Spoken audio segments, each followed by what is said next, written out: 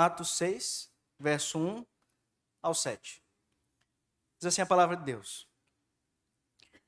Ora, naqueles dias, multiplicando-se o número dos discípulos, houve murmuração dos helenitas contra os hebreus, porque as viúvas deles estavam sendo esquecidas na distribuição diária.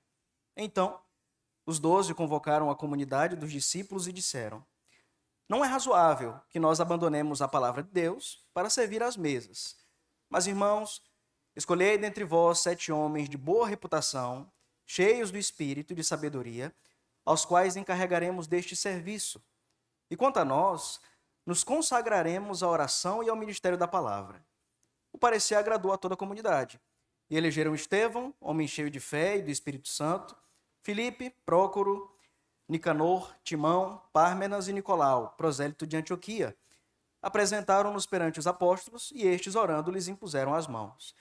Crescia a palavra de Deus e em Jerusalém se multiplicava o número dos discípulos. Também muitíssimos sacerdotes obedeciam à fé. Amém. Vamos orar. Senhor nosso Deus, te damos graças por tua palavra. Pedimos ao Senhor que nessa manhã fale conosco, nos ensine um pouco mais a respeito, Senhor Deus, da verdadeira doutrina e que possamos crescer em graça e em conhecimento diante do Senhor. Abra nossas mentes, nossos corações para recebermos a tua palavra com fé e com amor. Oramos assim em nome de Jesus. Amém. Irmãos, eu me recordo que no ano passado, quando houve eleição aqui na igreja para presbíteros e diáconos, nós estudamos um pouco a respeito das características de como devem ser os presbíteros e os diáconos. Hoje nós veremos um pouco a respeito do oficialato da igreja, presbíteros e diáconos, mas nós não vamos tratar a respeito de como eles devem ser, das suas características, cheios do Espírito Santo, homens que governam bem o seu lar. Isso nós vamos ter como pressuposto. Hoje nós veremos então qual a necessidade desses homens para a igreja. De forma que a gente poderia se questionar por que uma igreja necessita de presbíteros e diáconos. Por que a gente tem que ter isso? E afinal de contas, para que eles servem? Qual é a sua verdadeira função? Será que os presbíteros existem simplesmente para mandar na igreja? Será que os diáconos existem simplesmente para expulsar cachorro, como a gente vê em algumas igrejas, e expulsar os bêbados ou coisas afim? Então hoje nós veremos qual a necessidade que a igreja tem de ter esses homens e por que a igreja tem um bom andamento quando ela os possui, sendo eles então uma instituição de Cristo. O que eu gosto nesse texto, de Atos 6, verso 1 a 7, é porque ele vai demonstrar exatamente quais são as funções desses homens. Você tem aqui os apóstolos, que estavam então continuando a obra de Cristo através do Espírito Santo. Eles pregavam a palavra, eles ensinavam.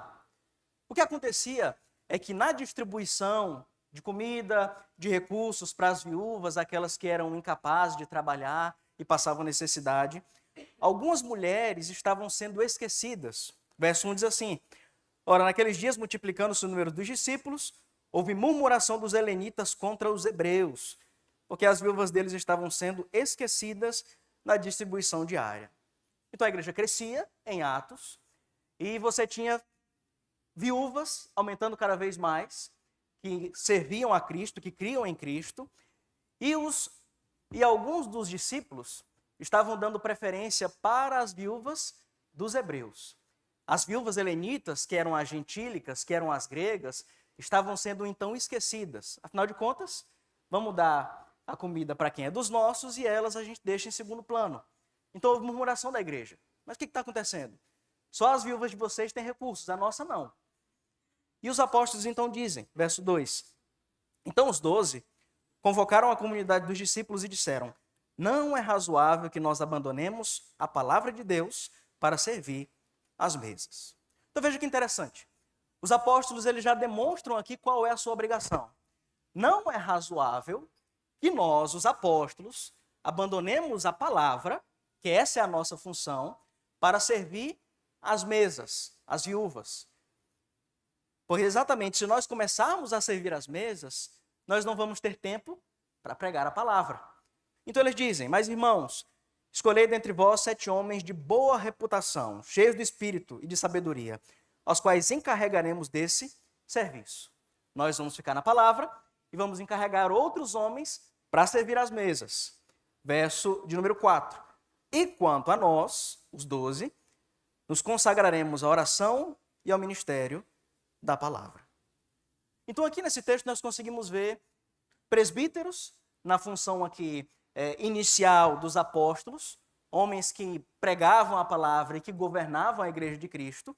E nós temos aqueles que vão ser eleitos como diáconos, aqueles que vão ser eleitos exatamente para cuidar das mesas, para ser encarregado de cuidar das viúvas e de cuidar dos necessitados.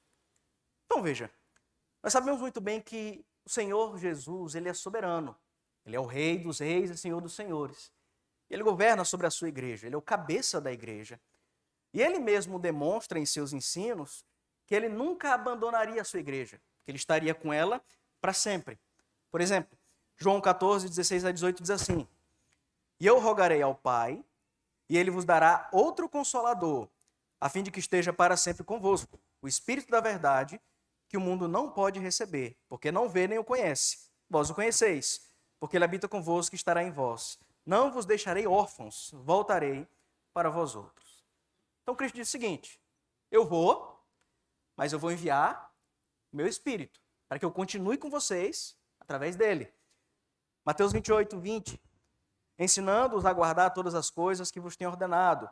E eis que estou convosco todos os dias até a consumação do século. Então Cristo promete: eu vou estar com vocês para sempre. Eu não vou deixar vocês sós. Só que nós sabemos muito bem que Jesus Cristo, ele é assunto aos céus em Atos, no capítulo 1. Ele sobe corporalmente. Então ele não pode estar lá no céu de forma corpórea e estar aqui na terra, em todas as igrejas espalhadas pelo mundo. Mas mesmo assim ele promete: eu vou estar com vocês. E eu vou cuidar de vocês. E como é que ele faz isso? Mesmo estando nos céus, como é que ele cuida da sua igreja? Através dos oficiais, presbíteros e diáconos. Portanto, os oficiais da igreja são homens escolhidos por Deus para cuidar do bom andamento da igreja de Cristo. Eles são encarregados de Cristo. Eles são homens que foram enviados e então foram escolhidos pela igreja, exatamente para dar um bom andamento aqui na terra. A nossa confissão de fé, por exemplo, no capítulo 25, na seção de número 3, diz assim: a esta igreja católica visível, Cristo deu o ministério, e eis a palavrinha, né? Cristo deu o ministério, então Cristo dá um ministério à igreja, os oráculos e as ordenanças de Deus para congregamento e aperfeiçoamento dos santos nesta vida, até o fim do mundo. E pela sua própria presença e pelo seu Espírito, os torna eficazes para esse fim, segundo a sua promessa. Então os oficiais, eles são enviados, de certa forma, de Cristo, para cuidar da sua igreja.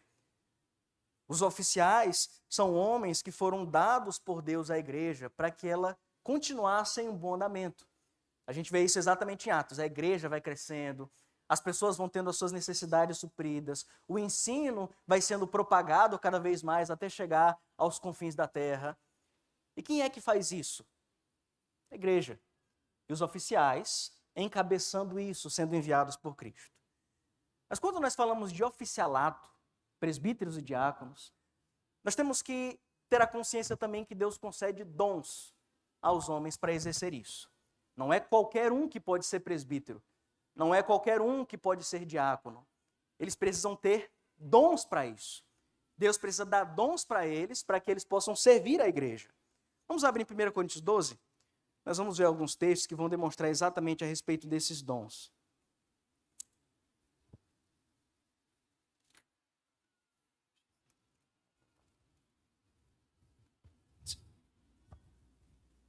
Primeiro Coríntios 12.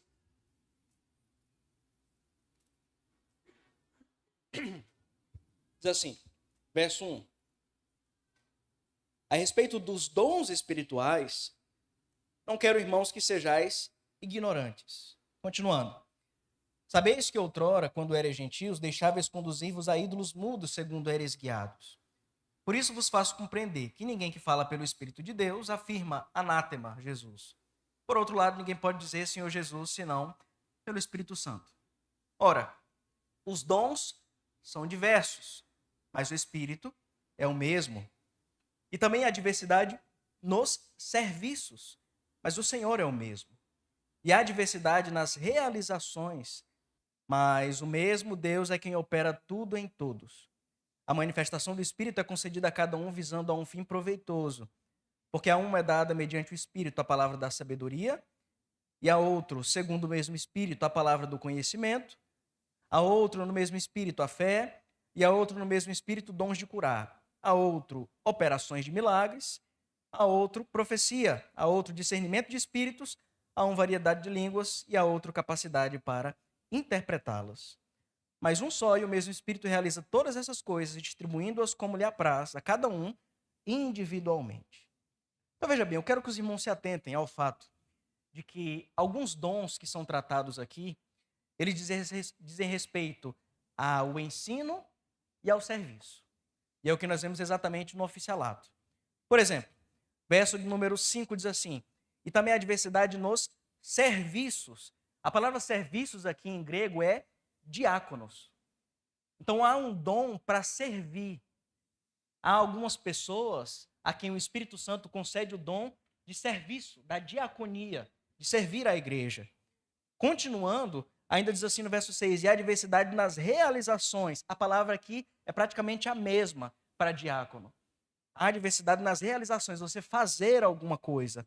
Mas o mesmo Deus é quem opera tudo em todos. A manifestação do Espírito é concedida a cada um visando ao fim proveitoso. Então veja, nós conseguimos enxergar aqui, quando Paulo vai falar a respeito dos dons, que o Espírito Santo concede dons a alguns para servir, para realizar, para trabalhar. Ao mesmo tempo, ele também demonstra que existem dons para ensinar, dons que dizem respeito à revelação. É o que vai continuar dizendo no verso de número 8. Porque a um é dada mediante o Espírito a palavra da sabedoria. Então tem uns que têm o dom da palavra, de exercer sabedoria, de ensinar a sabedoria. E continua dizendo, e a outro, segundo o mesmo Espírito, a palavra do conhecimento. A outro, no mesmo Espírito, a fé, e a outro, no mesmo Espírito, dons de curar, e a outro, operações, aqui é outra palavra também para serviço, operações de milagres. A outro, profecia, ensino. A outro, discernimento de espíritos, ensino também. Então veja, há aqui em 1 Coríntios 12, alguns dons. E esses dons dizem respeito simplesmente a duas áreas. Existem dons para servir, para trabalhar, e existem dons para ensinar, dons para pregar a palavra. E esses dons, eles visam exatamente a edificação da igreja. Efésios 4, 9 a 12, diz assim, ora, o que quer dizer? Subiu, senão que também havia descido até as regiões inferiores da terra. Aquele que desceu é também o mesmo que subiu acima de todos os céus, para encher todas as coisas.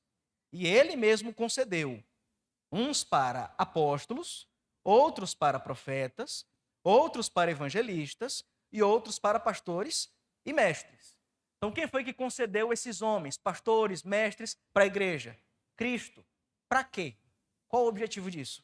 O texto continua dizendo, com vistas ao aperfeiçoamento dos santos, para o desempenho do seu serviço, para a edificação do corpo de Cristo. Então, para que existem homens com dons dentro da igreja? Para a edificação dela. Para a igreja crescer cada vez mais, para a igreja ter conhecimento, para a igreja aprender, para a igreja chegar à maturidade. Então, esses textos que falam a respeito de dons, eles dizem respeito a dons de serviço, trabalho, e dons de ensino. Aqueles que conseguem ter conhecimento, aqueles que conseguem interpretar melhor a palavra de Deus e trazer um ensino reto para a igreja de Cristo. Então, Deus concede dons aos homens para o suprimento e o crescimento da sua igreja, para que eles trabalhem em prol do bem da igreja. Então, um homem que tem o dom de ensinar, ele não está na igreja simplesmente para aparecer, para ser alguém que é visado, para ser alguém que sai por aí palestrando no mundo todo. Deus concedeu dons a esse homem exatamente para poder ensinar a igreja, para trazer o reto ensino. Se alguém tem um serviço de trabalhar, sempre tem aquele cara que gosta de mão de obra, né? Aquele cara que está ali para toda obra, que está ali para o que precisar.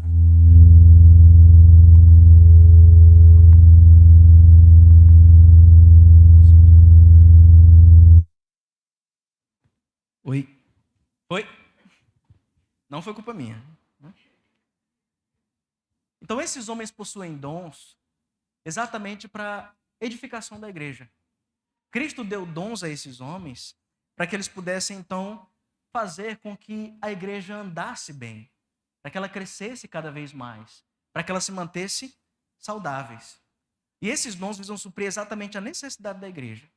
Então, veja, existem dons para servir e dons para ensinar. E por que isso? A Bíblia demonstra que a igreja é um corpo. 1 Coríntios 12 ainda vai dizer isso. A partir do verso 12 diz assim: porque assim como o corpo é um e tem muitos membros, e todos os membros sendo muitos constituem um só corpo, assim também com respeito a Cristo. Pois em um só Espírito todos nós fomos batizados em um corpo, quer judeus, quer gregos, quer escravos, quer livres. E a todos nós foi dado beber de um só Espírito. Porque também o corpo não é um membro, não é um só membro, mas muitos.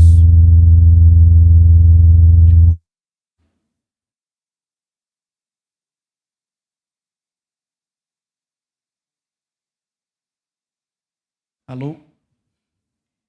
Tô achando que o problema sou eu. Enfim, a igreja é um corpo. E a igreja se trata de um aglomerado de pessoas debaixo do mesmo Senhor, debaixo do mesmo cabeça, que juntas formam um corpo. E olhando aqui um pouco para filosofia, qual é a composição essencial de um homem? O que é essencial para alguém ser considerado como um ser humano? Ele precisa ter o quê? Corpo e alma. Então o homem, ele tem corpo e alma. Ele tem necessidades físicas e ele tem necessidades espirituais. Todo homem precisa fazer exercício, todo homem precisa comer, precisa se alimentar, todo homem precisa se manter saudável porque ele tem um corpo. Mas todo homem também tem uma alma. Ele precisa aprender, ele precisa orar, ele precisa ler as escrituras para que a sua alma seja alimentada. Então a igreja é formada por um aglomerado de pessoas que possuem corpo e alma. Portanto, existem essas duas necessidades dentro da igreja. A igreja tem necessidades espirituais. A igreja precisa ser ensinada. Mas a igreja também tem necessidades físicas. Isso é algo interessante que Tiago vai falar, quando ele vai falar a respeito das boas obras, né? Que não adianta nada você ensinar a palavra para alguém que...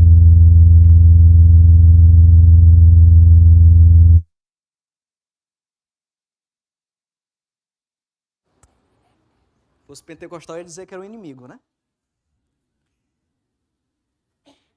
Então, a igreja possui essas duas necessidades, né? E sendo constituída por pessoas, ela precisa ter essas necessidades supridas, alma e corpo. Isso pode ser visto, meus irmãos, em toda a história da igreja, em toda a história do povo de Deus. Deus concedendo homens para suprir as necessidades físicas e espirituais da igreja. Por exemplo, vamos olhar para o Antigo Testamento, onde foi a primeira igreja, no Jardim do Éden. Deus dá um mandato cultural para Adão. Ele precisava fazer o quê? Cultivar, guardar, ele precisava plantar, cuidar do jardim, porque ali era o lugar que ele se encontrava com Deus. Então haviam necessidades físicas, mas haviam também necessidades espirituais. Deus dá um mandato espiritual para Adão. Ele deveria obedecer, ele deveria se encontrar com o Senhor, caminhar no jardim com o Senhor. Se nós olharmos um pouco mais para o tabernáculo e para o templo, nós conseguimos ver também Deus concedendo homens para essas duas necessidades. No templo e no tabernáculo também você tinha os sacerdotes, que eram os que cuidavam das necessidades espirituais, ofereciam sacrifício, ensinavam o povo. Você também tinha os profetas, eram aqueles que alimentavam a alma do povo. Mas a igreja também tinha necessidades físicas. E aí que entravam os levitas. Os levitas, eles tinham que organizar toda a igreja. Os levitas, eles tinham que cuidar também do sacrifício, de certa forma. Eles tinham que desmontar e montar de novo o tabernáculo. Então você tinha essas duas necessidades. E Deus concedia homens para alimentar o povo na sua alma e para alimentar o povo também de forma física. No Novo Testamento, não é diferente. Existem essas duas necessidades. O homem ainda é constituído de corpo e alma. Por isso, ele também precisa de homens para que supram essa necessidade. Vamos abrir em Atos, Vamos ver alguns textos em Atos? Capítulo de número 2 de Atos.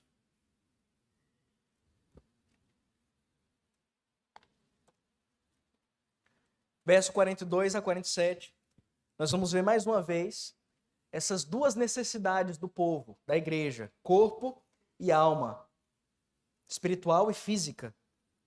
Atos 2, 42 a 47. Diz assim: E perseveravam na doutrina, já temos aqui um suprimento para a alma, na doutrina dos apóstolos e na comunhão, no partir do pão e nas orações.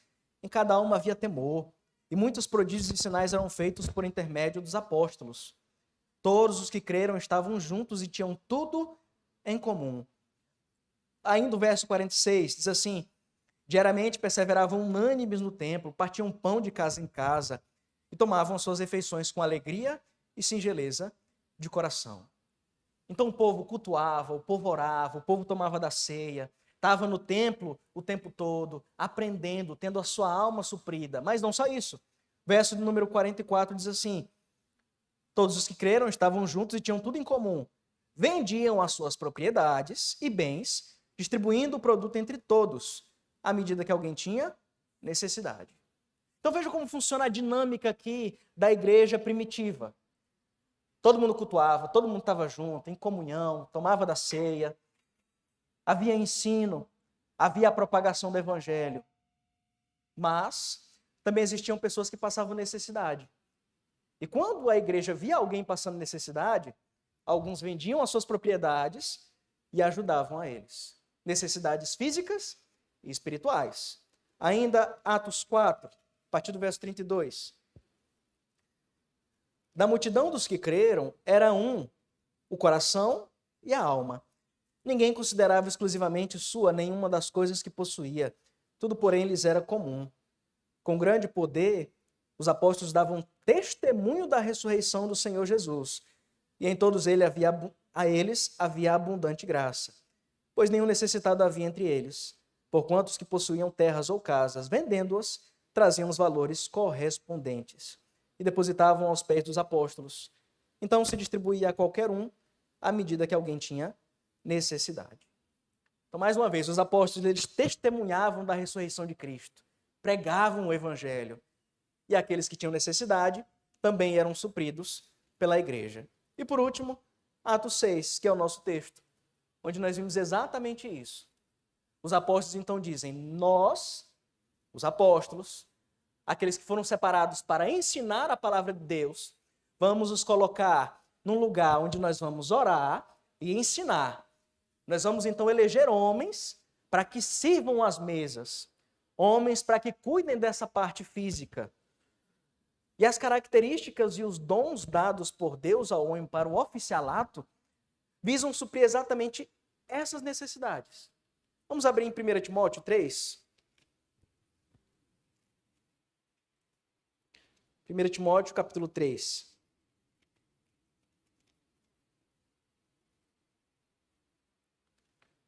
Eu quero que os irmãos observem a dinâmica desses textos. Nós já temos aprendido que o ser humano ele tem necessidades e a igreja é composta por seres humanos.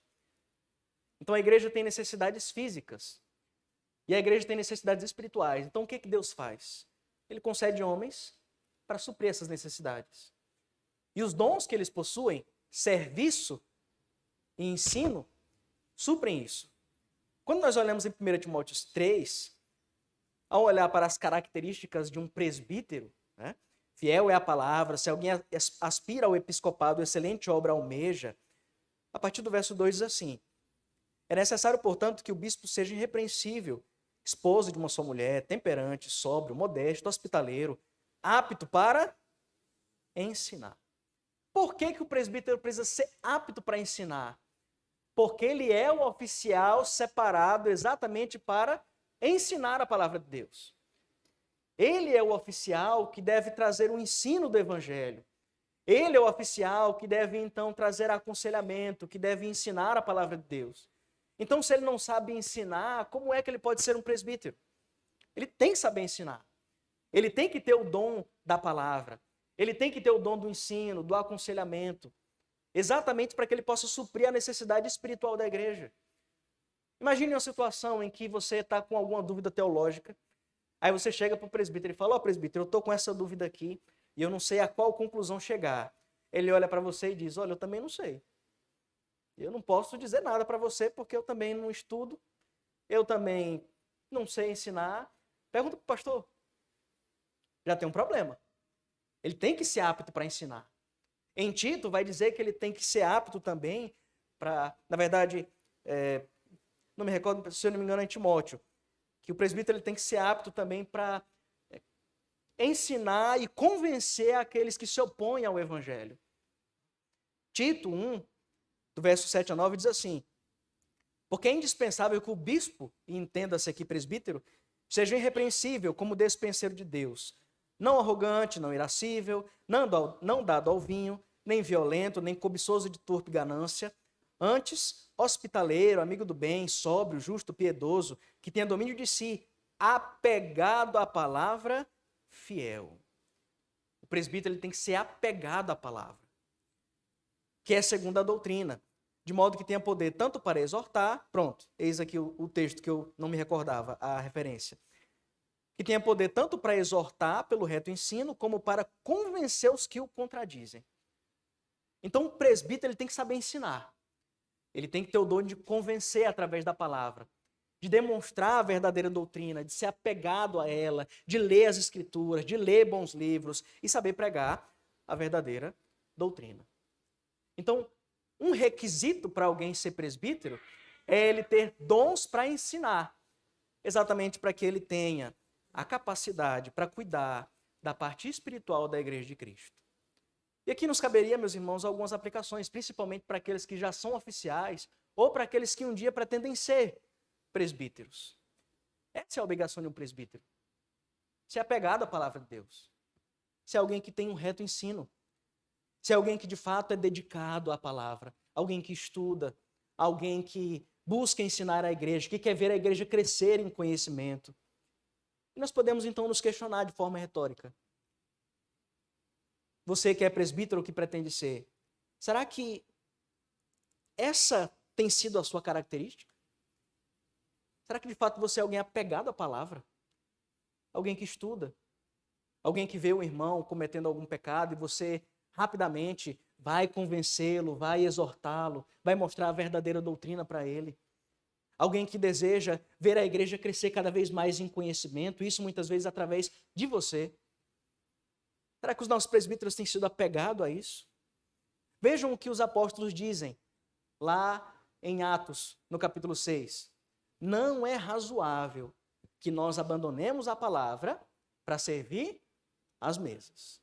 Escolham homens para fazer isso, enquanto a nós vamos nos dedicar à oração e à palavra. Então será que essa tem sido de fato as características de nossos presbíteros? Será que você, presbítero, tem de fato se dedicado à palavra e à oração? Orado pela sua igreja, ensinado, se labutado no seu quarto de joelhos, orando para que a igreja cresça em conhecimento? Se não, de fato há algum problema. E os diáconos? As escrituras também vão demonstrar esses dons como pré-requisitos para alguém ser um diácono. Vamos abrir mais uma vez a 1 Timóteo 3. Logo após falar dos presbíteros, Paulo ele vai falar também a respeito dos diáconos.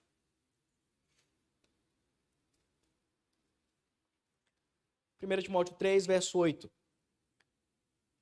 Nós já vimos que os presbíteros têm que ser aptos para ensinar, mas como é que tem que ser um diácono? Qual é o dom que ele deve ter? 1 Timóteo 3, 8. Semelhantemente, quanto a diáconos, é necessário que sejam respeitáveis de uma só palavra, não inclinados a muito vinho, não cobiçosos de sórdida ganância. O diácono não pode ser ganancioso. E por quê? Exatamente porque ele é o homem escolhido por Deus para cuidar da parte material da igreja, da parte física. Em Atos 6, verso 2 a 3 diz: Então os 12 convocaram a comunidade dos discípulos e disseram: Não é razoável que nós abandonemos a palavra de Deus para servir às mesas. Mas, irmãos, escolhendo entre vós 7 homens de boa reputação, cheios do espírito de sabedoria, aos quais encarregaremos desse serviço, ou seja, servir às mesas. Então os diáconos não podem ser gananciosos. Exatamente porque, olhando para a igreja primitiva, como referência, eles eram os homens que cuidavam da parte financeira da igreja. Eles é quem serviam as mesas. Eles é quem compravam comida para aqueles que passavam necessidade. Eles eram aqueles que recolhiam as ofertas. Eles eram aqueles que cuidavam de adquirir recursos para a igreja. Nós podemos olhar aqui, por exemplo, para a época de João Calvino, onde, fazendo uma reforma não só dentro da igreja, mas na própria Genebra, os diáconos exerciam uma função muito importante na economia da cidade. Os diáconos tinham trabalhos para cuidar de mendigos. Os diáconos eram aqueles que estavam cuidavam da parte financeira da igreja, exatamente porque eles foram escolhidos para cuidar da parte material, física. Não só expulsar bêbado, cachorro, coisa do tipo, mas os diáconos, biblicamente, são aqueles que cuidam da parte financeira da igreja, da parte material, das necessidades. São aqueles que estão encarregados de ver quem passa necessidade na igreja, quem precisa de uma cesta básica, quem precisa de alguma coisa.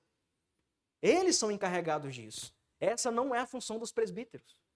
Veja bem o que acontece em Atos 6. Nós não vamos abandonar a palavra para servir as mesas. Escolham homens para fazer isso. Então, é por isso que um diácono não pode ser ganancioso. Porque se ele trabalha com a parte financeira da igreja e ele for ganancioso, nós podemos muito bem prever o que pode acontecer. E mais uma vez, a nível de aplicação, nós podemos nos questionar retoricamente. Será que os nossos diáconos têm cumprido com as suas funções? Têm de fato cuidado da igreja? Ou muitas vezes os diáconos são pessoas preguiçosas, que não querem servir, que não querem ajudar, que preferem ficar simplesmente assentados na sua cadeira, ouvindo e depois, quando acaba o culto, vão-se embora, que não procuram saber se na igreja de fato há pessoas que passam necessidade, se há pessoas que precisam de alguma coisa para a sua sobrevivência. Um diácono não pode ser preguiçoso. Como nós vimos em 1 Coríntios 12, existem então dons para serviço, diaconia. Eles precisam fazer realizações, trabalhar. Então, esses dois ofícios, meus irmãos, são basicamente os pilares da igreja. E quando nós olhamos então para o oficialato, nós devemos encarar exatamente essas características. Um homem não deve ser presbítero simplesmente porque ele é o mais rico da igreja. Geralmente é isso que acontece, né?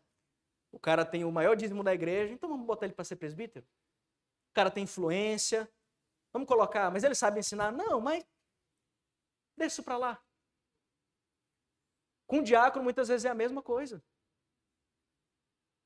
Nós encaramos a diaconia, muitas vezes, como uma espécie de degrau para você chegar no presbiterato, né? Não, esse cara aqui, ele tem uma influência, mas ele ainda não serve para ser presbítero. Vamos fazer o seguinte, vamos colocar ele para ser diácono, deixa ele se preparar por um tempinho, aí daqui a pouco a gente coloca ele para ser presbítero. Isso não é bíblico. Existem homens que devem servir e existem homens que devem ensinar. Então, quando nós olhamos para o oficialato, é isso que deve ter em mente. Quem deve ser o presbítero? É aquele cara que ensina. O cara é estudado, ele se labuta na palavra de Deus, ele tem bons conselhos, ele sabe convencer.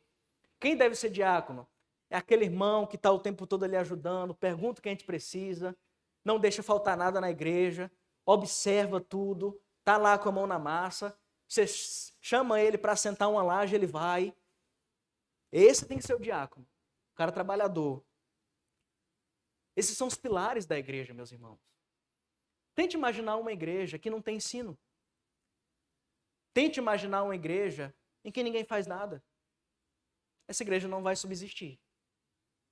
Exatamente porque nós, como corpo de Cristo, tendo corpo e alma, nós temos necessidades físicas e espirituais. Então o que Cristo faz é conceder homens para ensinar e para servir. Através da sua soberania e providência, escolhendo esses homens, é assim que Cristo governa a sua igreja. Ele dá o reto ensino à igreja através de presbíteros. Entenda-se aqui pastores e presbíteros. Ele cuida da sua igreja de forma material através dos diáconos, homens que trabalham. E esses homens trabalham em obediência ao Senhor. Nós devemos, meus irmãos, ensinar os homens a terem a mentalidade de servos. Homens que de fato contribuem para o reino de Deus, para a edificação de Cristo. Hoje em dia o que nós vemos são homens, me permitam usar a expressão aqui, frouxos, fracos e frescos. Os homens não querem trabalhar. Os homens não querem labutar. Tem muito homem dentro da igreja que não quer fazer exatamente nada. Mas Deus concede dons aos homens para trabalhar, para fazer as coisas acontecerem, para cuidar da igreja de Cristo.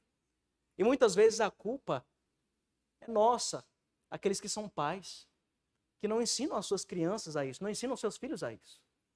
Eu tenho uma filosofia particular, que eu converso sempre com a minha esposa. Como o pastor Léo disse aqui, eu tenho 4 filhos. E todos são homens. Né? A gente está em busca aí da menina, mas até agora, nada. Um dia a gente chega lá. Né? Então nós temos 4 homens. E eu sempre converso com a minha esposa. Nós vamos criar os nossos filhos para serem oficiais da igreja. Eles vão crescer, podem fazer uma faculdade, vão formar família, vão trabalhar, mas nós vamos criar os nossos filhos para serem oficiais. Ou presbíteros, ou diáconos, ou pastores. Esses 4 machos aqui, eles têm que aprender como ajudar a igreja. Não simplesmente ficar sentado. Eles têm que trabalhar. Mas muitas vezes a gente ensina nossos filhos a simplesmente serem estudantes, concurseiros. A gente ensina nossos filhos que eles têm que fazer uma faculdade, um mestrado, um doutorado, têm que ganhar dinheiro. Mas dificilmente a gente ensina o nosso filho a trabalhar, a ajudar a igreja. Dificilmente a gente ensina nossos filhos, filho, futuramente, labute para você ser um presbítero, para você ensinar a igreja. Labute para você ajudar na igreja, ser um diácono. Dificilmente a gente faz isso. Então nós devemos ensinar, educar a igreja para isso. Os homens têm que trabalhar, têm que cuidar da igreja de Cristo. É assim desde o jardim do Éden. Deus concede homens para cuidar da igreja. Deus escolhe homem, os separa, dá dons, exatamente para que a igreja permaneça firme até o dia em que ele voltar. Nós devemos então, meus irmãos, valorizar esses oficiais, nos encaminhando já aqui para o final.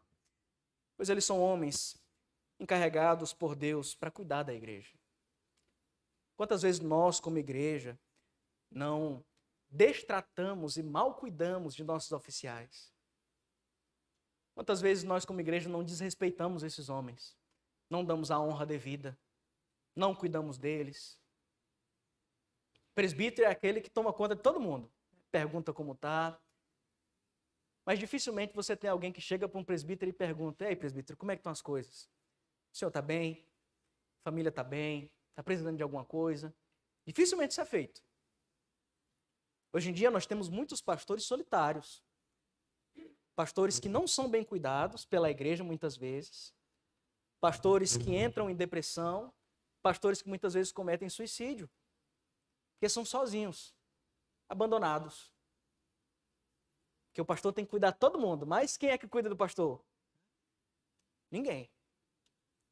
Então nós como igreja devemos valorizar esses homens. Cuidar dos nossos oficiais, dos presbíteros, dos diáconos. E dar honra a eles. Também devemos, meus irmãos, saber distinguir e respeitar as devidas funções dos oficiais. Honra quem honra. O presbítero ensina. Os diáconos servem. Muitas vezes aqui a gente acaba confundindo muito as coisas e atribui funções a um que não é devida. Então, mais uma vez, se recordem de Atos 6. Não é razoável que nós abandonemos a palavra para servir às mesas. Então, nós vamos orar e pregar, ensinar a igreja. Esses homens aqui vão cuidar de servir às mesas. Então, devemos muito bem saber distinguir, tanto para eleger esses homens, quanto para cobrar alguma coisa. Devemos também, meus irmãos, eleger homens que possuem respectivos dons para o oficialato. Então, futuramente, quando houver novamente eleições, não olhem simplesmente para influência, para dinheiro ou coisa do tipo. você tem que olhar para os dons. Para que esse cabra serve? O que eu vejo nele? Um presbítero ou um diácono? Ele sabe ensinar, ele sabe pregar, ele ajuda, a gente vê ele envolvido nas coisas, trabalhando o tempo todo. Porque é assim que a igreja caminha. Então, a igreja composta por seres humanos, com corpo e alma, precisa de cuidados espirituais. Para isso, Jesus Cristo, em sua soberania, como cabeça da igreja, concede homens para ensinar, para suprir a necessidade espiritual. A igreja também tem necessidades físicas. Para isso, Jesus Cristo, em sua soberania, concede dons a homens para servir, para ajudar na parte física, na parte material. Então é assim que Cristo governa a sua igreja. E é por isso que os oficiais, eles são necessários para uma igreja. Olhando para a Constituição, por exemplo, da nossa igreja presbiteriana, para que uma igreja seja organizada, uma congregação seja organizada, a igreja, né, adquira a independência, ela não precisa somente de dinheiro. Ela não precisa ser somente independente financeiramente. Ela também precisa de oficiais. E se ela não tiver oficiais, ela não pode ser uma igreja organizada. Então, a nossa Constituição compreendeu muito bem isso. Uma igreja necessita de homens para trabalhar. E que homens são esses? Esses, presbíteros e diáconos. O que é que eles fazem? Suprem a necessidade espiritual, ensinando, e suprem a necessidade física, servindo na diaconia. Então, meus irmãos, de forma bem breve, eu queria trazer para os irmãos a demonstração da necessidade desses oficiais. Então, vamos abrir agora, se alguém tiver, para perguntas. Algum irmão tem algum questionamento, alguma colocação sobre isso? Sim, meu irmão.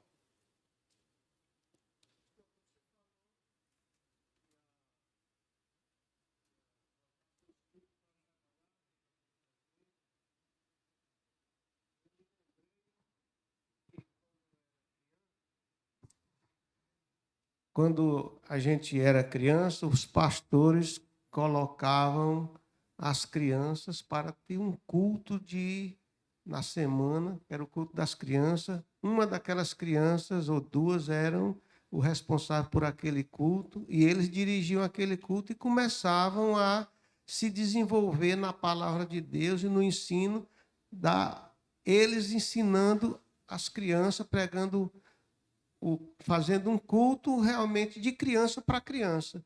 Então, eles já começavam a se desenvolver e ali você já ia tirando aqueles que tinham o dom da palavra desde a infância. Então, isso, nos meus 74 anos, meus primeiros anos de igreja, era assim.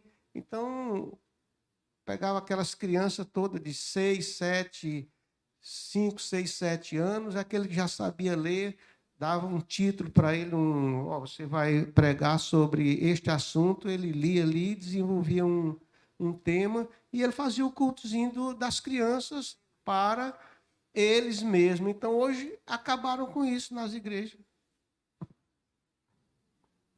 Certo. Nós temos que ter algumas cautelas. Compreendo que, de fato, nós podemos ter programações para crianças sem problemas nenhum e, desde pequeno, desenvolvermos as crianças para terem dons, né? Ver para que ela serve, digamos assim. Mas quando se trata de culto, nós devemos ter algumas cautelas. O culto solene, dado por Deus, no momento em que o povo se reúne para adorar, é constituído da Igreja de Cristo. Então, a primeira cautela que nós devemos ter, não existe culto de mulheres, culto de jovens, culto de crianças, culto de homens. Culto é da igreja. O culto é de todo o povo de Deus. Então, nós não devemos fazer essas separações. Outra cautela a se tomar. Quando você assume a palavra culto, que ela tem um peso muito grande, né, você tem a liturgia, as obrigações. Nós vemos muito bem que existem homens separados com dons para isso, e não só com dons, mas com um título, um oficialato para isso, para pregar a palavra, que são os presbíteros, na figura do pastor e presbíteros. Pregar a palavra de Deus é um peso muito grande. aqueles que pregam a palavra de Deus, eles têm que tomar muito cuidado, porque Deus o cobrará de tudo aquilo que eles falarem. Então imagine aí que o pastor Léo ou o pastor Alci subam nesse púlpito e um dia falem uma besteira, uma heresia. Eles vão ser cobrados por isso por Deus. Eles têm a responsabilidade de ensinar a palavra de forma fiel. Eu creio que colocar esse peso de responsabilidade sobre uma criança, assumindo a palavra culto solene, é um peso muito grande. Então eu acho que existem outras formas de se fazê-lo, tá? De ensinar as crianças, pondo-as para trabalhar. Tá? Ensinando elas, digamos, você faça uma programação de crianças, onde uma criança ela vai levar de fato uma meditação. Problema nenhum. Mas quando a gente assume a palavra culto, existe uma ordem. E nessa ordem, quem é encarregado de pregar a palavra de Deus são os presbíteros. Porque eles foram separados para isso. Então a criança, por mais que ela seja desenrolada, né? Tem aquela criança que fala muito, que gesticula, que sabe argumentar, e a gente que é pai sabe disso, né? Tem criança que argumenta muito bem, às vezes convence até a gente, mas ela não tem um ofício. Então ela pode ser ensinada a cultivar os seus dons de outra maneira que não seja uma maneira tão solene como o culto. Então acho que é uma cautela que a gente tem que tomar, porque culto diz respeito à igreja como um todo. É quando o corpo de Cristo, homens, mulheres, crianças, se reúnem para adorar a Deus. Tá bom? Mais alguém, meus irmãos? É porque ficou uma dúvida aqui na minha cabeça. Certo. Eu queria só que você esclarecesse melhor.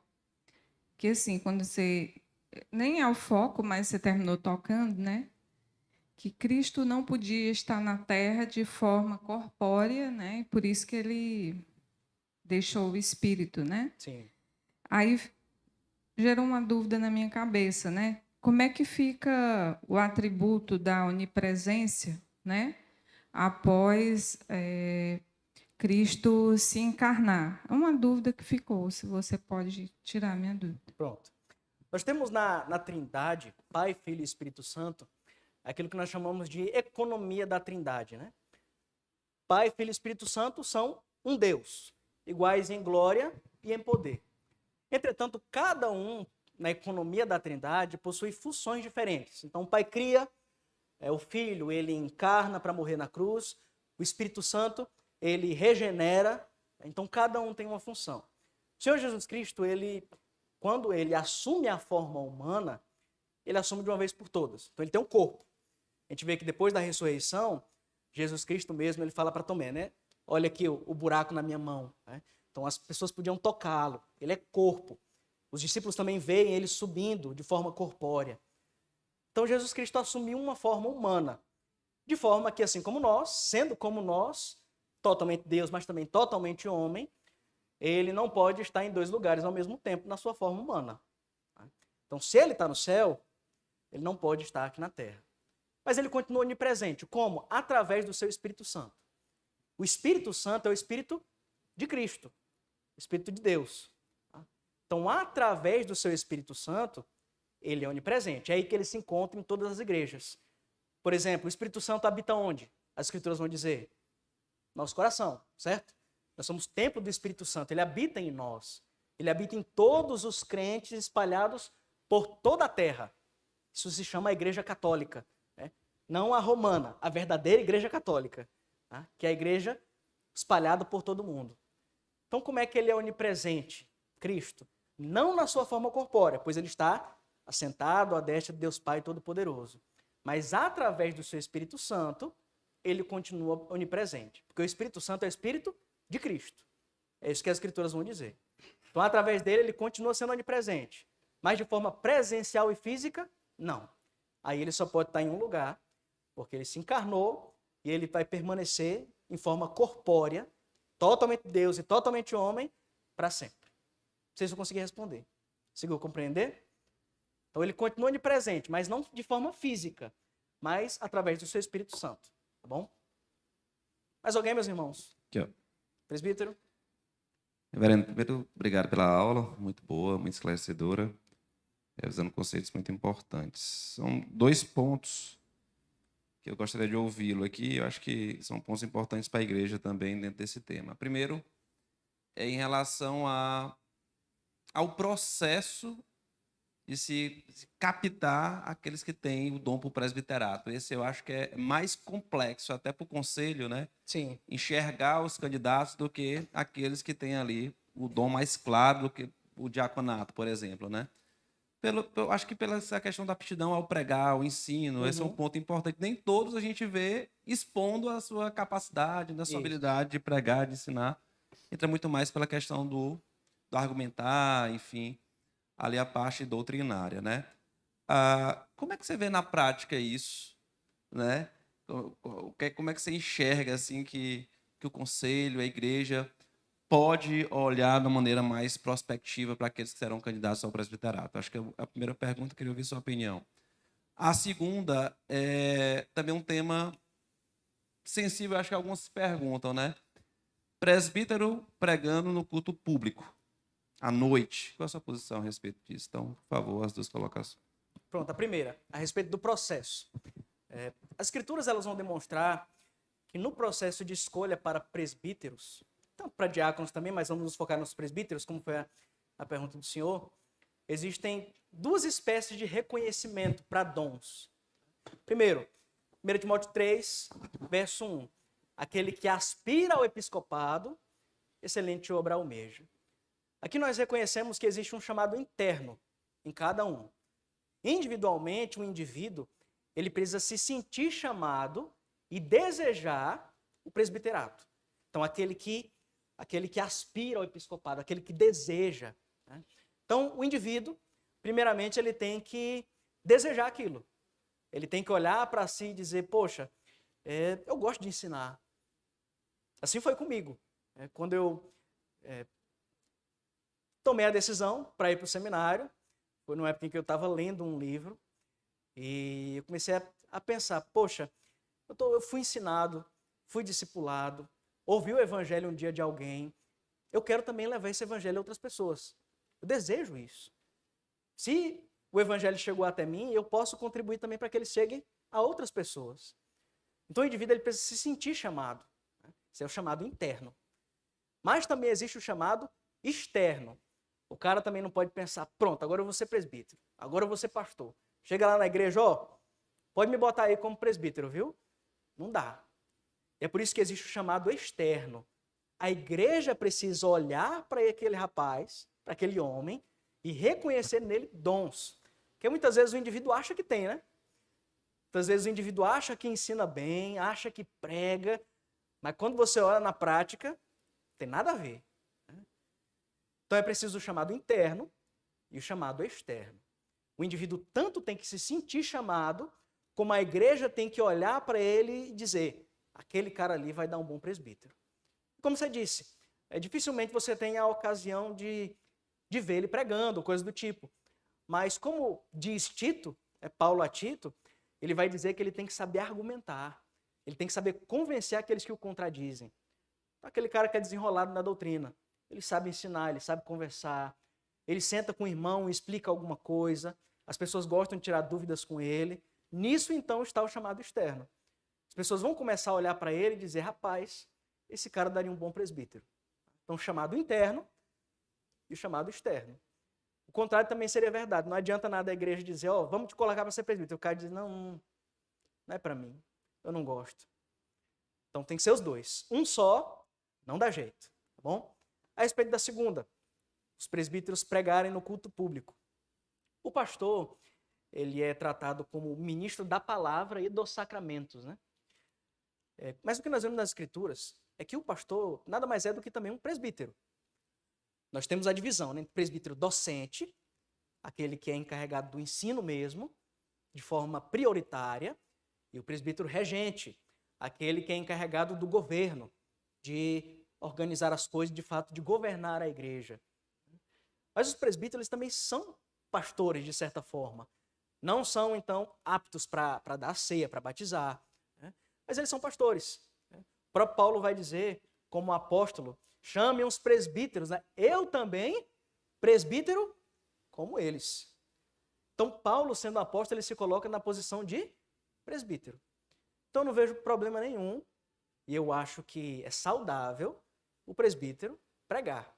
No culto público, eu não vejo Problema nenhum. Ele não vai ter as funções prioritárias de um ministro do evangelho, que seria também dar os sacramentos, né? Mas ele também tem que ser apto para ensinar. Não seria coerente as escrituras dizer que ele tem que ser apto para ensinar se ele não pode ensinar. Não seria coerente as escrituras dizer que ele tem que ser dedicado à palavra e ao reto ensino se ele não pudesse se colocar à frente e ensinar na igreja. Então, quando as escrituras colocam que ele tem que saber ensinar e tem dons para isso, quer dizer que ele tem que exercê-los. Eu acho... Obrigado, né, pelo esclarecimento. Já passo, viu, irmão Paulo? Já vou lhe passar. Um segundo só complementar aqui. Pronto. Eu acho assim que é um processo, daí a grande importância da aula, que a igreja tem que estar sempre atenta, né? Assim, tanto para aqueles que aspiram serem colocados, exatamente, eu provoquei exatamente para que os irmãos que eventualmente aspiram à questão do presbiterato se manifestem em relação a isso, né?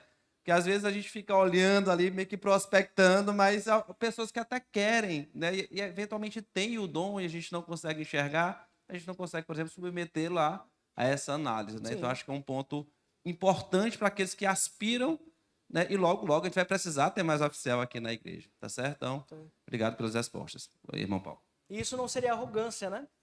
O cara chegar para o conselho e dizer, olha, pastor, presbíteros, eu gosto de ensinar e eu queria saber se eu poderia andar junto com vocês e talvez futuramente ser um presbítero, porque eu desejo isso. Tem nada de arrogante nisso. Pelo contrário, é saudável, né? Porque o cara também aspirar, mas ficar calado, aí é complicado, né? A gente não tem como adivinhar. Sim, meu irmão? Pastor, complicar um pouquinho aí essa questão do atributo de Deus, né? Da onipresença. Pronto. Realmente essa ideia de que Cristo, ao reencarnar, ele se limitou, é muito compreensível naquele período em que ele estava em carne, né? Antes da sua ressurreição. Mas uma vez ressurreto, pelo menos assim, o que é mais trivial entre nós é que ele reassumiu todos os seus poderes no céu e na terra, inclusive também os seus atributos, incluindo aí o da onipresença. Então, ele estaria no céu e em todo lugar, ao mesmo tempo, pelo atributo da onipresença. Mas entendi a ideia de que ele ressuscitou em corpo, né? Diferente, semelhante à forma como nós ressuscitaremos, né? Na glorificação. Sim. E que o seu corpo ressuscitou em carne, em corpo. E aí pode ter realmente essa questão da onipresença, mas a onisciência, né? E a onipresença, porque um é limitado e outro não? Já que nós oramos a Cristo e Ele nos ouve, mas Ele não pode vir até nós porque Ele está no céu. E aí é o Espírito Santo que aqui ficou, que age por Ele. Não ficou muito claro para mim essa questão, mas eu queria complicar um pouquinho mais com um texto de João 3:13. Eu queria que o irmão visse esse texto. Vou ler o texto. Ninguém jamais subiu ao céu a não ser aquele que veio do céu, o Filho do Homem que está no céu. Ele está falando na terra e ele diz que está no céu. Como está um pouco conectado com essa ideia de onipresença, né, desse atributo, então eu queria que o irmão fizesse um arremate aí, se for possível, nesses dois aspectos. Pronto. A questão da onipresença, voltando novamente, ela necessariamente precisa ser limitada à doutrina da encarnação. Então, Cristo ele se encarnou de uma vez por todas. As Escrituras são claras em demonstrar isso. Mas nós conseguimos ver essa onipresença espiritual de Cristo através do seu Espírito também nas Escrituras. Por exemplo, se nós olharmos para Colossenses 3, diz assim, a partir do verso 1. Portanto, se fordes ressuscitados juntamente com Cristo, buscai as coisas lá do alto, onde Cristo vive, assentado à direita de Deus. Então, as Escrituras são claras em dizer, olha, Cristo vive assentado à destra de Deus. Mas quando nós olhamos lá para Hebreus 12, também vai dizer que Cristo, ele está no nosso meio. Ele canta conosco no meio da congregação. A meus irmãos declararei o seu nome, cantar-te-ei louvores no meio da congregação. Então, ao mesmo tempo que as Escrituras dizem que Cristo está no céu, lá vai dizer também que Cristo tem a sua presença no meio da igreja. Mas a pergunta é, algum de nós já viu a Cristo aqui, na terra? Não, porque Cristo diz, eu estarei convosco para sempre, até os confins da terra. Ele vai voltar. Então, se ele volta, é porque ele não está aqui. E se nós pudéssemos, se ele estivesse onipresente fisicamente, todo domingo ele não estaria sentado, ele estaria pregando. Né? Mas a gente não consegue ver, a gente não está vendo Cristo nas igrejas, até porque exatamente porque ele está limitado na sua forma corpórea, ele se reencarnou. Né? Então veja bem, aqui nós podemos ver então as duas coisas. Cristo, ele está limitado fisicamente porque ele tem um corpo, mas ele também é onipresente em seu espírito porque ele canta no meio da congregação, ele está na igreja. E como é que ele faz isso? Através do seu espírito. E o texto que o senhor leu de João 3, na verdade, continua dizendo isso, né? Ele estava no céu, veio, e então ele está no céu de novo agora. Então, assim, nós devemos compreender que a reencarnação ela é necessária, foi necessária. Cristo assumia a forma humana. Né? E ele continua assim, ele é glorificado, como o irmão bem disse, com o corpo glorificado, como futuramente nós também teremos. E ele então está limitado de forma física aos céus. Mas ele também está em todas as igrejas, porque ele se encontra em nossos corações através do seu Espírito. Bom, eu acho que eu não consigo ir além disso. Porque se a gente não pode falar quando as escrituras se calam em alguns aspectos mais complexos, né? Muitos tentaram fazer isso durante a história. O que saiu foi só heresia. Então, se a gente quiser inventar um pouco mais, além do que as escrituras dizem, aí a gente corre um sério perigo. Tá?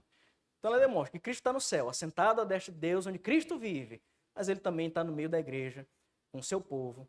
E a gente vê isso principalmente em Atos. Cristo sobe, mas o trabalho continua. E quando é que continua? Quando o Espírito desce.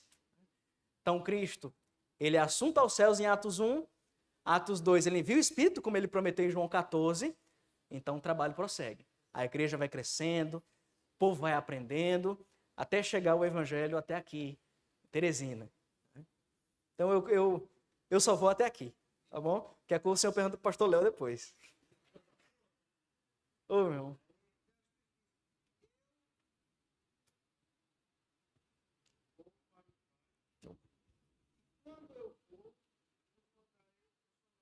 Isso.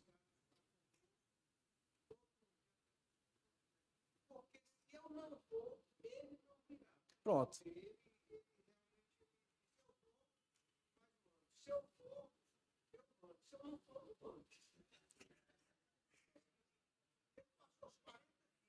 Isso.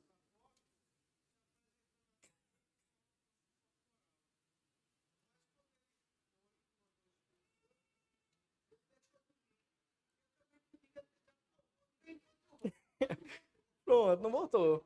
Porque ele vai voltar segunda vez. Exato.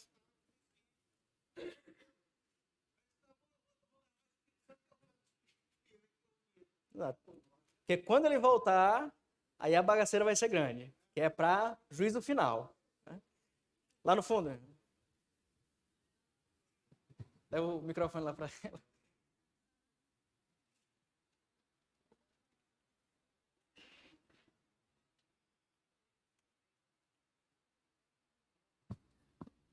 Bom dia a todos os irmãos presentes. Bom dia. Eu vou voltar para o tema anterior. A Igreja Presbiteriana do Brasil ela é organizada em sociedades internas. E esse é um bom lugar de homens e mulheres exercitarem os dons. A gente tem muita gente que frequentam as igrejas e não se envolvem com o trabalho, né? Sim. E, às vezes, de fato, há falhas que as pessoas criticam. Mas faz sempre a mesma coisa. Mas é você participando e sugerindo e trabalhando que a igreja também vai crescendo com aqueles crentes ali desenvolvendo os seus dons, né? Essa igreja tem exemplo de diáconos e presbíteros que serviram ao Senhor na sociedade de jovens. Então, você via já ali aquelas pessoas com disposição de servir pega alguém em casa, ajuda um outro, nas atividades que a mocidade faz, está sempre apto e pronto a trabalhar, né? Também, quando a igreja faz uma atividade, ele também está ali perto, imbuído de participar. Então, esse é um dos excelentes lugares de se olhar aquelas pessoas que vão mostrando o gosto por servir ao Senhor. E muitas vezes, nesses lugares também, vão se destacando aqueles que gostam de ensinar. Sim.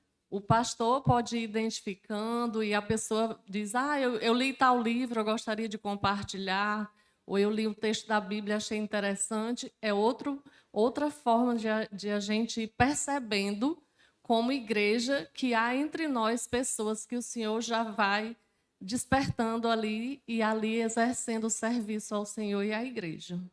Perfeito. Eu não poderia ter falado mais bonito. Então, não vou acrescentar nada, que a senhora já falou tudo, tá? Mas é uma excelente colocação. É um bom terreiro aí para a gente garimpar e achar uns cabras para ajudar na igreja. Mais alguém, meus irmãos? Tem mais um. Aqui, lá. Reverendo, boa aula, gostei muito, foi muito instrutiva. Mas só uma pergunta, afunilando um pouco a pergunta do presbítero Marcelo. Certo. Muitas vezes a gente vê pessoas que têm uma capacidade, né? Mas na nossa condição, que nós somos realmente muito agraciados, tem um seminário perto daqui. Então, quando a gente identifica um jovem que é bom no ensino, a gente, rapaz, esse aí vai para o seminário. Aí a gente direciona ele para o pastorado, né? Para o pastorado docente, no caso. Então, mais especificamente na dúvida dele, como é que a gente separaria? Como é que, vamos supor, um jovem que tem uma capacidade de ensino, ele consegue discernir com mais clareza se ele vai ser um pastor, vai para o seminário, vai passar por uma preparação, ou vai ser um presbítero? Pronto. Esse é um assunto delicado e eu creio que se encaixa no chamado interno, né? Que a gente falou agora, chamado interno e chamado externo. Muitas vezes é como você disse, né? O cara tem uma desenvoltura, manda para o seminário. Mas o próprio seminário é prova de que nem todo mundo que vai para lá está apto para ser pastor. Tem muitos que não dá. Eu tenho um amigo que estudou comigo, não tem necessidade de dizer o nome, mas que ele passou um tempo no seminário e ele então chegou à conclusão que não era para ele.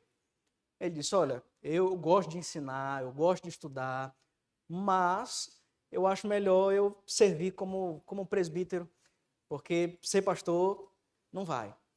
Porque você tem, por mais que você tenha, para os dois, você tem que ter o mesmo dom, né, de ensinar, mas existem muitas diferenças. Porque o pastor ele é totalmente dedicado àquilo.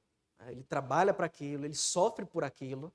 O presbítero, ele ensina tudo, mas ele tem um trabalho dele, ele faz outra coisa. Então aí vai na questão de dons mesmo. Né? Muitas vezes o cara gosta de ensinar, mas ele prefere continuar no trabalho dele. Ele gosta de ensinar a igreja, quer estar por ali trabalhando, mas prefere ficar onde ele já está. E não tem pecado nenhum nisso. Né? Agora, quando o cara quer viver para isso mesmo, se dedicar, ir para fora, rodar o mundo, pregando o evangelho, aí é outra história. Então, acho que faz parte do chamado interno. Eu creio que a igreja ela não pode determinar isso. O cara, eu não quero ir para o seminário. Você vai. Mas eu não quero. Então, não tem problema nenhum nisso. Então, a igreja pode identificar esses homens, mas para decidir se você quer ser um docente ou um regente, aí é chamado interno. Aí você tem que consultar o seu coração, orar ao Senhor e ver o que é melhor para você e para sua família. Lá no fundo.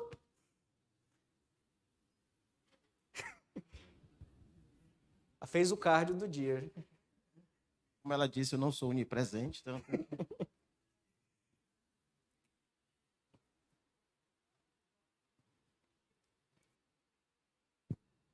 Bom dia, pastor. Bom dia, irmãos. Pastor, como o senhor compreende a figura do diácono ligado à atividade do ensino? Porque nas Escrituras nós temos o exemplo de Filipe, que é um daqueles diáconos que aparece Estevão, na relação do capítulo 6, como um dos eleitos, mas que depois ele assume a função de pregação, de evangelismo em Samaria. Sim. Esse exemplo de Filipe seria um fundamento para nós admitirmos a possibilidade do diácono pregar no culto público? Pronto. Então, veja bem, não é incomum nós vermos homens que têm dons tanto para ensinar quanto para servir. Entretanto, nós temos que ter a capacidade, e principalmente no chamado interno também, como a gente viu agora há pouco, que sempre vai ser um que é maior do que o outro. Então não é incomum a gente ver um cara que gosta de ensinar, que é desenrolado, mas é um cara também que trabalha bastante. Então, como você disse, há casos nas Escrituras de homens que eram diáconos, como você disse, Filipe, e também o próprio Estevão, a gente vai ver isso já em Atos 7, que ensinavam. Só que eles ensinavam não na função de diáconos. Como você mesmo disse, eles ensinavam na função de evangelistas. Então eles tinham aí 2 ofícios. Evangelista era um ofício ainda presente na igreja primitiva, como profetas, como aqueles que falavam em línguas também. Então isso ainda estava vigente na igreja primitiva. Ainda haviam esses homens separados com a função e o título de evangelistas. Então eles pregavam, Filipe e Estevão, não na função de diáconos. Eles pregavam na função de evangelistas. Eles tinham 2 funções, então. Evangelistas, hoje em dia, essa função específica, esse ofício não existe mais. Você tem agora pastores mestres. Mas evangelistas não. O pastor já é um evangelista. Principalmente a nossa Constituição também vai dizer isso. Então, sendo assim, alguém que é diácono, hoje, na igreja atual, após o evangelista ter cessado, ele não tem a função de evangelista. Ele tem a função de diácono. Então quer dizer que o diácono não pode ensinar? Pode. Ele pode sim ensinar os jovens, dar um estudo, não vejo problema nenhum nisso. Agora, pregar o evangelho num culto público, de forma oficial e solene, presbíteros. Eu não creio que há circunstâncias extraordinárias, muitas vezes, que não tem para onde correr. Muitas vezes a gente cede às circunstâncias, mas essa não é a função dele. A função do diácono é servir. Mais uma vez, olhando para Atos 6. Nós vamos orar, nos dedicar à oração e à palavra. Escolham homens que sirvam às mesas. Então, cada um possui uma função. Então, Filipe e Estevão pregavam não na função de diáconos, mas na função de evangelistas. O que hoje, os diáconos não têm mais essa função de evangelista. Tá bom? Mais alguém, irmãos? Se não, vamos orar então e vamos encerrar nossa escola bíblica. Vamos orar. Senhor nosso Deus, te agradecemos pela tua palavra, pelo teu ensino. E pedimos ao Senhor que nos ensine cada vez mais, nos faça compreender a tua palavra e amá-la. Que o Senhor também seja, Deus, com os oficiais de nossa igreja, com os presbíteros, os diáconos, e dê graça a eles para cumprirem com a sua função e o seu ofício de forma santa, de forma dedicada ao Senhor, tendo a consciência de que esses homens foram separados exatamente para servirem a Cristo, não para serem importantes ou para galgarem fama ou sucesso, mas foram homens escolhidos para cuidar da igreja de Cristo e pelo bom andamento da mesma. Que o Senhor abençoe a sua igreja, faça com que nós venhamos a respeitar esses homens, a honrá-los, e então assim glorificando o nome de Cristo. Senhor, nos dê um bom dia, nos dê, Senhor Deus, a graça de irmos para nossos lares, protegidos por Ti, pela Tua boa mão. Que o Senhor nos prepare também para mais tarde podermos cultuá-lo, podermos Te adorar de forma solene. Prepara o Teu povo, nos dê um bom descanso e que o Teu nome seja glorificado nesse dia do Senhor, dia deleitoso, dia honrado, e que ele seja para a Tua santa glória. Te oramos assim em nome de Jesus. Amém. Meus irmãos, estamos assim encerrados e despedidos. Deus abençoe a todos.